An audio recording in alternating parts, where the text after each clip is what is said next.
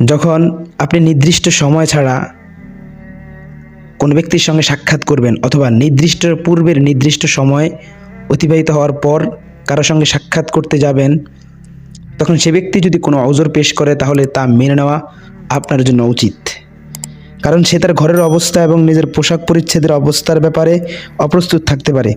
অনেক সময় সাক্ষাৎ করার ক্ষেত্রে অনেক প্রতিবন্ধকতা থাকতে পারে, এমন অনেক সমস্যার সম্মুখীন হয় যা আপনাকে অভ্যর্থনা জানানোর ক্ষেত্রে সে মেনে নিতে পারে না।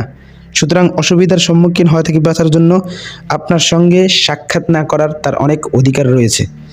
প্রখ্যাত তাবিঈ হযরত কাতাদা ইবনে দিয়ামা সাদরি রাহিমাহুল্লাহ বলেন, আপনি এমন ব্যক্তির দরজা থেকে কাছে দাঁড়িয়ে থাকবেন না যারা আপনাকে দরজা থেকে ফিরিয়ে দিয়েছে, কেননা তাদের কাছে আপনার প্রয়োজন রয়েছে আর তাদের অন্যদিকে রয়েছে নিজস্ব ব্যস্ততা।